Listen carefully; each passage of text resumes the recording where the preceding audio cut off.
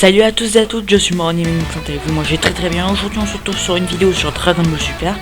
Et aujourd'hui on va parler d'une transformation, le Super Saiyan God. Alors j'ai expliqué pour ceux qui ne savent pas, le Super Saiyan God résulte d'un rituel de 5 Saiyans qui envoient leurs pensées et leur énergie vers un 6ème Saiyan. Son ki devient alors divin, il se transforme en Super Saiyan divin. Alors dans cette vidéo on va parler de la puissance estimée du Super Saiyan God et de ses diverses apparitions, c'est-à-dire ces 3 apparitions, le manga Dragon Ball Super l'animé, et le film Battle of God. Alors comme je l'ai dit il y a même pas 30 secondes, on va parler de la puissance estimée dans les 3, parce que je pense selon moi que la puissance varie selon les apparitions. Alors on va enchaîner avec le manga. Alors dans cette partie je vais vous parler du combat, parce que dans les 3 parties il y a des variantes sur le combat et sur ce que... de la manière dont se comporte Goku, on va dire ça comme ça. Alors dans le manga, Son Goku devient Super Saiyan God, bien évidemment ils sont sur le bateau comme dans l'anime. Il attaque Beerus, mais franchement au niveau du combat ça se passe à peu près comme dans le film, c'est-à-dire qu'ils se battent mais Beerus sortira mort, mais il domine comme ça. Alors ça enchaîne les mêmes plans, c'est-à-dire que ça va dans... Ils vont sur la ville, puis sur le désert, c'est à peu près quasiment pareil. Hein.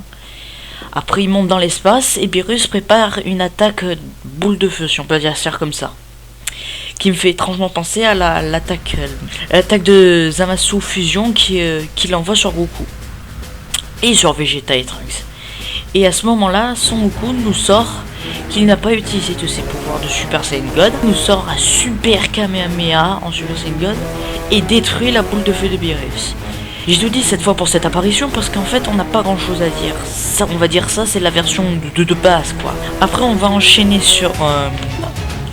Alors le film ça s'enchaîne exactement au début comme dans le manga, c'est-à-dire ils attaquent. Et donc il y a une différence, c'est-à-dire qu'à un moment quand il passe dans les souterrains, Son Goku dit qu'il va passer en puissance maximale. Lorsqu'il passe en puissance maximale, il perd sa forme, son aura de Super Saiyan God, mais il garde le même niveau. Et au bout d'un moment, il se transforme en Super Saiyan, pas en Super Saiyan Blue. Et je vais vous expliquer pourquoi c'est une incohérence ça. Donc après, si on tient compte des choix d'animation, le combat s'intensifie. Beerus nous prépare exactement la même attaque de boule de feu. Son Goku perd sa transformation de Super Saiyan, mais réussit à faire exploser la boule de feu en lui envoyant un gros coup de poing. Alors maintenant je vais parler de pourquoi la transformation en Super Saiyan c'est pas logique. Parce qu'en fait lorsqu'un Saiyan possède du ki divin et qu'il utilise la transformation en Super Saiyan, il passe en Super Saiyan Blue. C'est une incohérence parce qu'à ce moment-là du film, le film Résurrection de Frieza n'était pas encore sorti, donc on n'avait pas encore le concept de Super Saiyan Blue dans la tête. Erreur qui a été corrigée dans l'anime, mais ça j'en parlerai plus tard. C'est pour ça que dans le film, Son Goku a le niveau d'un Super Saiyan Blue, c'est-à-dire qu'il est plus puissant que dans le manga. Après je reviendrai vers la fin des vidéos sur le manga, donc restez s'il vous plaît. Ensuite, enchaînons sur l'anime. Bon, l'anime, j'ai quelque chose de très important à dire. C'est que Son Goku, c'est pas qu'il garde à peu près le même niveau du combat si vous voulez, parce que il progresse mais lentement mais sûrement. C'est-à-dire que au fur et à mesure il devient de plus en plus puissant et même Beerus le remarque, ça c'est indéniable. Et sa résistance est aussi accrue. Ça il faut en tenir compte aussi.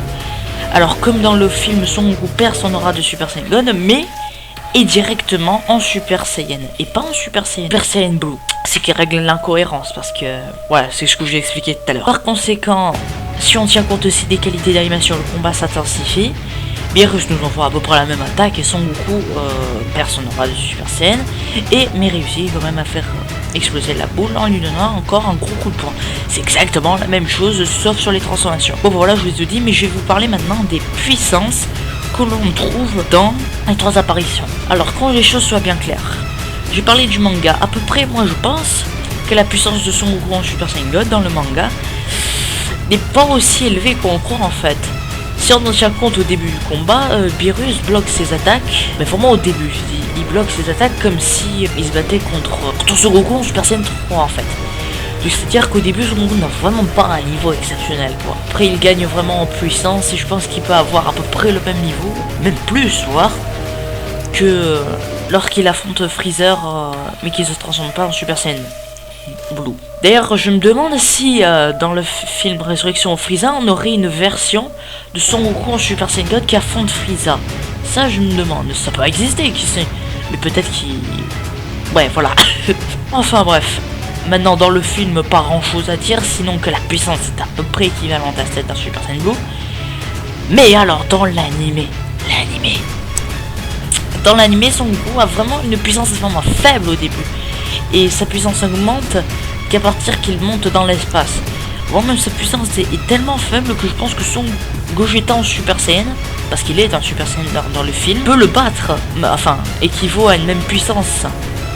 Parce que, attends 2 secondes, Gogeta en Super Saiyan est un perso qui a mis KO en moins de 2 secondes, un perso, Super Jainba, qui est aussi fort que Buan. Si on peut dire ça comme ça, à peu près, je ne fais qu'une estimation. C'est-à-dire que le perso est extrêmement puissant. Et en plus, sa technique qu'il a utilisée ressemble à un Hakai, le Hakai de Beerus. Donc il ne faut pas sous-estimer Gogeta en Super Saiyan. Ni sous-estimer Son Goku en Super Saiyan God. Bon bah, ce sera tout pour cette vidéo. N'hésitez pas à liker si vous l'avez aimé, à vous abonner à la chaîne. Et à laisser un commentaire si vous avez une théorie ou une proposition de vidéo que je puisse faire. Allez, ciao.